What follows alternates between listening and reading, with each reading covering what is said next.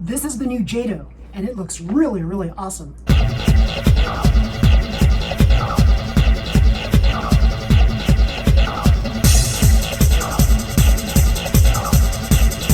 It's got these underguards here under the rollers. It's got thicker rollers as well. It's also got this high mount roller rear stay designed to keep your car on the track when it's traversing the lane changer. So pretty cool. Among the other particulars, it's got a 4.2 gear ratio, kind of blah. It's got normal tires, and there are these dish type wheels that come with it, and they look just like the wheels that you would see in the anime manga. I don't know, it looks a little cartoonish. We're going to put it together. We're going to see how it goes on the track. Jado A VZ chassis. Let's open it up. So inside the package, this is what you get.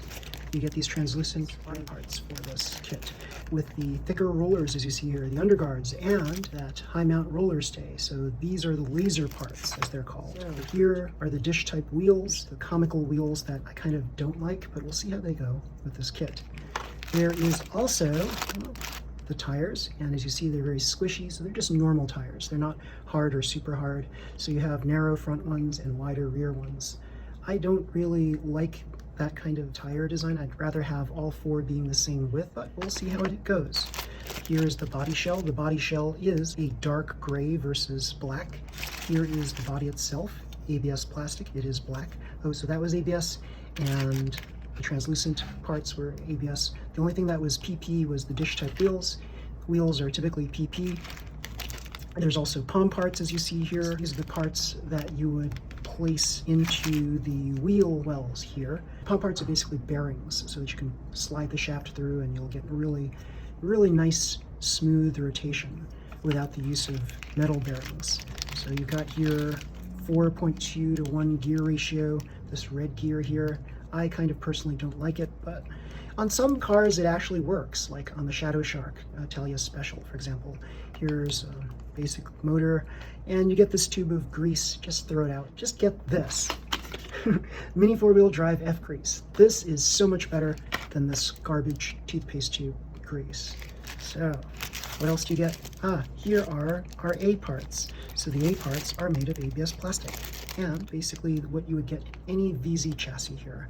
Front and rear bumpers, these rollers here, and all the parts that you assemble to create your VZ chassis. Other things included? Well, you've got this gray tone instruction manual. Very, very impressive. I love the new gray tone instruction manuals. Sometimes they come in like a book form. This one is in a booklet form, which is fine. And you'll see here a description of how to assemble this thing. So if you've never assembled one of these before, then here are the instructions to do so. However, if you are a seasoned pro at assembling these things, then you don't really need the instructions. They're just there for reference. And this is kind of a funny comic right here. So they include this in every kit. And the stickers. Here are foil stickers for this Jado, and they look pretty neat. So the whole theme of this car is a red, black, silver look. So we're going to assemble this car, and we'll see what it looks like and how it races on our track. So we're going to test the new Jado A against the third place winner of this month's AAA Hobbies box stock race. So this one tested at 26 kilometers per hour, this one tested at 27. However, I think this will be a very close match. 3, 2, 1, go!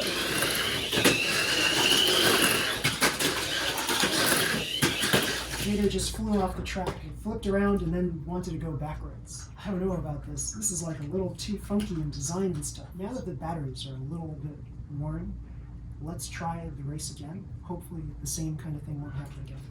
So, second test.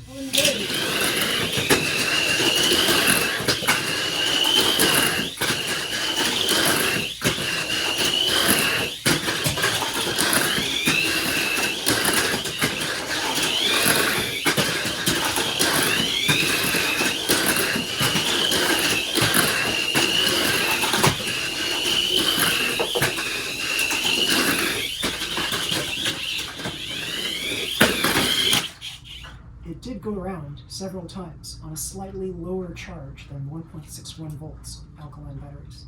So I would estimate that we had like 158 volts in there during the race. And unfortunately, all this additional hardware on here, I'm not sure it's really that helpful. It's kind of like weird, but I feel almost as if, but there's something kind of ill-designed about this that might prevent one from using it in a box stock race. And I feel like it's not quite complete as a box stock car. I feel that maybe if somebody were to take the time and tune it for tune class, it might be a more worthy car. I think what they were going for is a complete box stock vehicle, and I'm sure on the right track it probably will work very nicely on the right track. I mean, the 4mm rollers are a really nice addition to the kit, and I think you're paying for these extra laser parts, and that's why it's $16.40 for this particular kit versus some of the cheaper kits out there. The VZ chassis kits seem to be on the higher end of Mini 4-wheel drive pricing. So yeah, I think this car is really cute. I think it's really fast. It might be a little too fast for its own good. So I suppose if I didn't put my 23,000 RPM motor in here, that it would probably be a car that would stay on the track. It might not be 26 kilometers per hour, but it might be still pretty fast. So yeah, I really like the design. It's a really cool design. I'm just not sure that it'll stay on the track, at least not on this track. This is a very simple track. This car can go around for hours on this track. This is a really nice car. This is an AR chassis. This is VZ. I would say that initially, this car was a little faster than the AR. My guess is if you were to use this on a 5-lane track, this would probably fare a little better, because then there's less likely these really hairpin turns and such. So that's my analysis.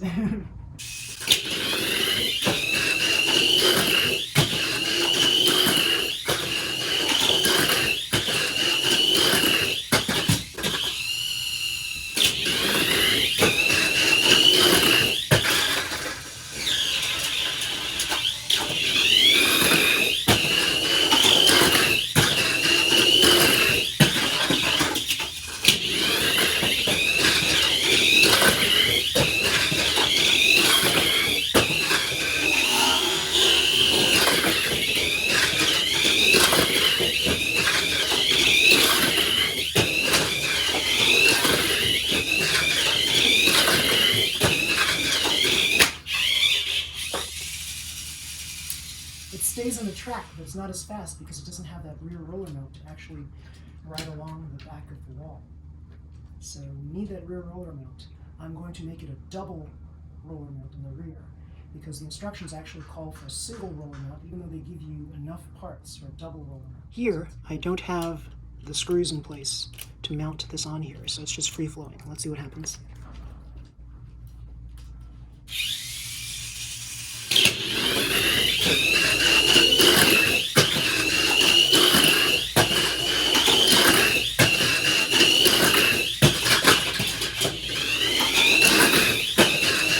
Now we've got a double roller mount on the rear. Let's see how that goes.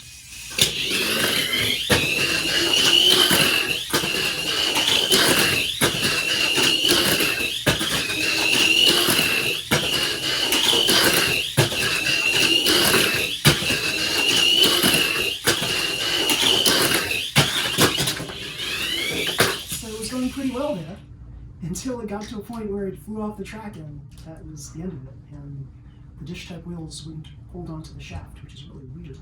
These seem to be like very cheap wheels. I don't like them. We're going to try to switch to smaller style wheels next. We'll see what happens. So here's the Jado with carbon wheels and super hard tires. Let's see how this goes.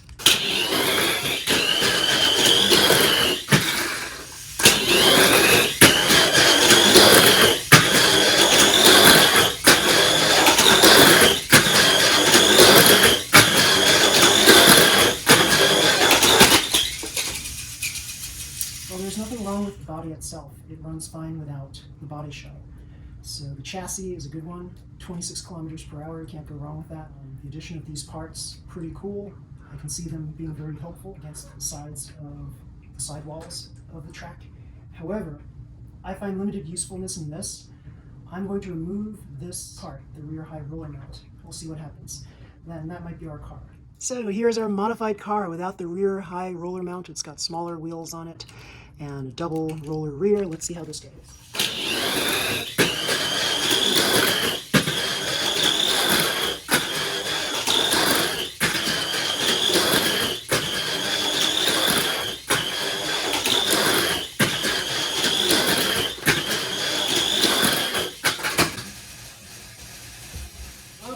well until the very last part. So I don't know what to say. This is like, I'm kind of suspicious about these new laser parts. I think that they might work on some course that was designed inside the Tamiya labs, but I don't think they're as useful as they'd like them to be. So I'm going to try one more test. I'm going to remove these underguards and just have these high rollers. So you know what I'm going to do? I want to have high rollers on the top here as well. So we're going to see about that. We're going to see how well that goes. If we try to keep this in spec, I'll try to replace the tires to the original tires. So here we have the high mount roller, this time with the regular rollers and the 4mm rollers mounted on the front and back roller mounts.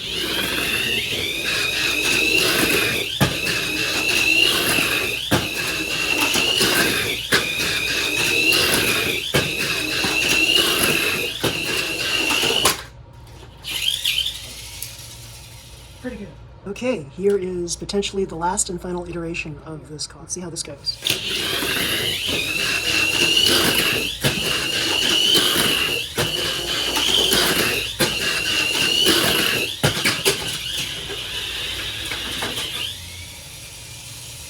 Let's try it on another one.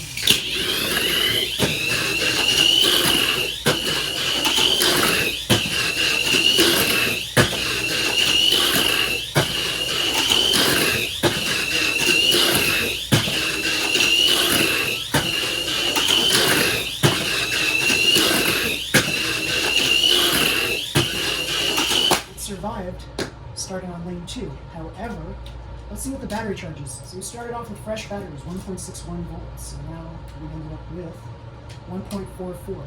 So at a slightly lower voltage, this is going to stay on the track with these modifications. And I have no hope for that high mount roller. I think that it's a nice gimmick, but it doesn't seem to work in practical cases. So I feel that that's almost like they did it to make it look nice, to make it look really cool. It probably worked in concept, but in practicality, it just doesn't work. So I feel that if you want to get the best bet for your money on this car, you just make this into a car that's more like the typical VZ chassis. So what do I mean by that? You have a front and rear roller. You don't have any of those special gimmicky high mount parts. You can keep these big wheels. The smaller wheels are probably better, and keep the these high mount rollers, these 4mm thick rollers. These are awesome. I like them. They spin freely, and they seem to be very sturdy. So definitely do use them. Do you need the underguards? Not really. I don't think that that's a worthy addition. So you want to keep your car lightweight? This is the model of car you should have. So yeah, don't replace these big wheels with the small wheels, because then you won't be a box stock car anymore. This is still within the parameters of box stock, and I feel that this is probably the kind of car that, the version of the car that you want to race if you are racing a Jado A. So it's a pretty fast car because of the big wheels. However, remember, big wheels on a technical track, probably not the best idea. Big wheels on a speed track, definitely. So yeah, I think that this would probably fare better on a 5-lane circuit rather than a 3-lane circuit. So yeah. So everybody, if you like this video, please slam the like button, like and subscribe to my channel, and you'll see more videos just like this one. Until next time, everybody, see ya, bye.